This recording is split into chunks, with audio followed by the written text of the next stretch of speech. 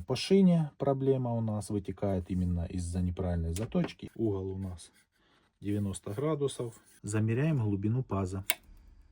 Я думаю, видно. Один зуб больше, второй зуб меньше. Берем угольник и прикладываем. Всем привет! Сегодня покажу и расскажу, почему бензопила криво пилит, а также покажу, как устранить данную проблему. Этому есть всего две причины. Первая связана с цепью, вторая с шиной. По цепи это у нас неправильная заточка, а именно разный угол заточки режущего зуба и также разная их длина.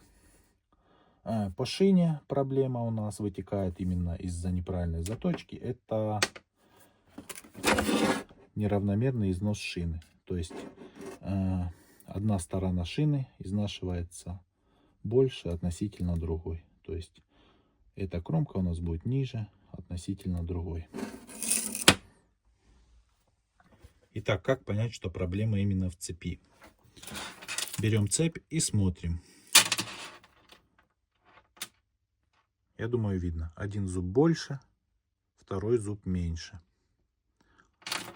Также смотрим на их угол заточки. То есть, если у нас на одном зубе 30 градусов, на другом больше, это будет видно. И, в принципе, нужно перетачивать цепь. И проблема уйдет.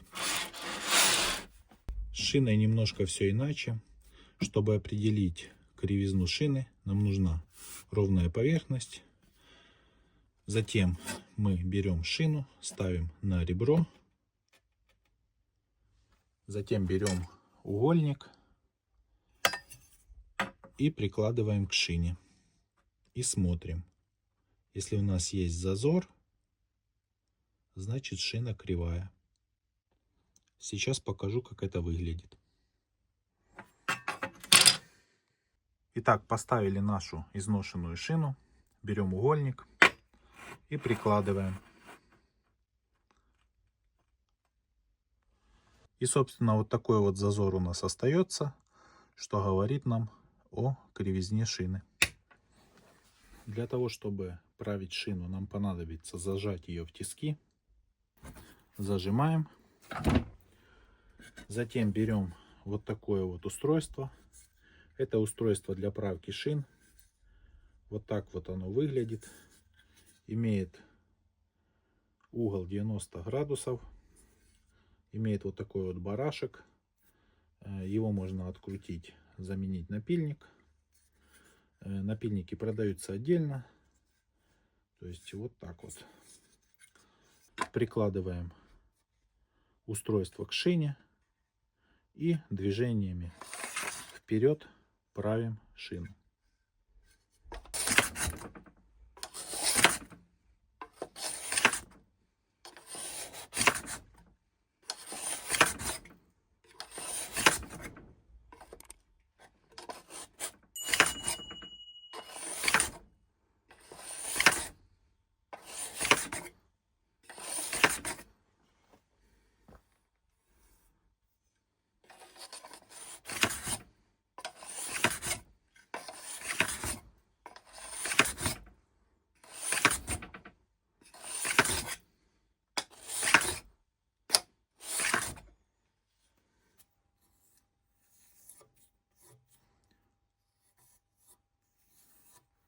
После правки шины нам нужно промерить глубину паза.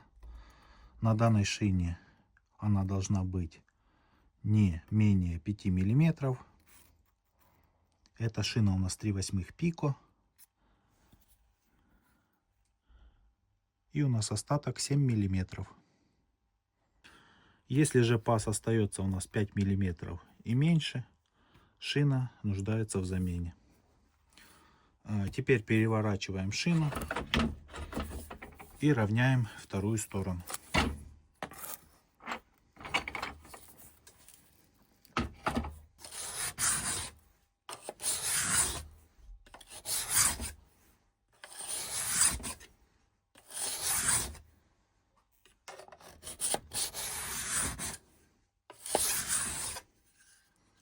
Вот так вот у нас работает устройство для правки шин.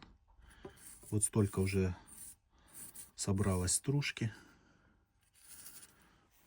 Ну, я думаю, хватит. Сейчас также промеряем глубину паза.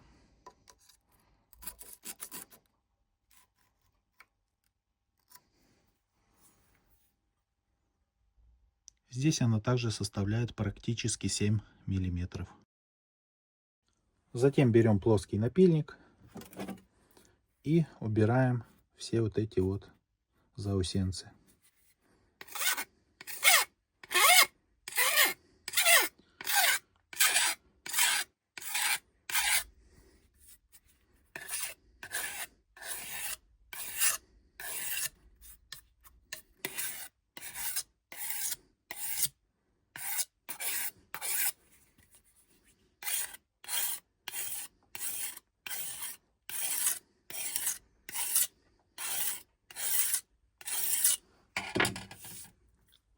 Затем после всех процедур очищаем паз шины от вот этой вот всей металлической стружки.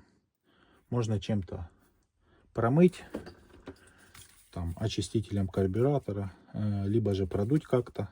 Но лучше промыть.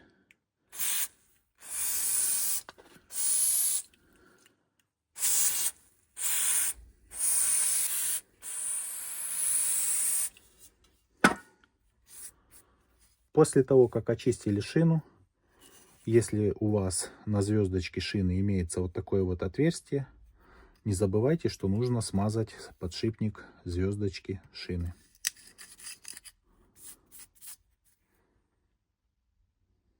Все, проверяем. Итак, одна сторона.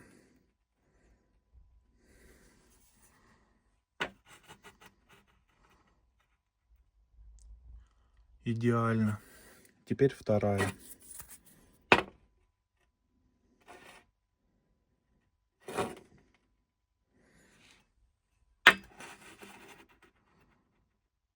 Идеально. Ну а у меня на этом все. Кому было полезно, ставьте лайки, подписывайтесь на канал. Всем пока.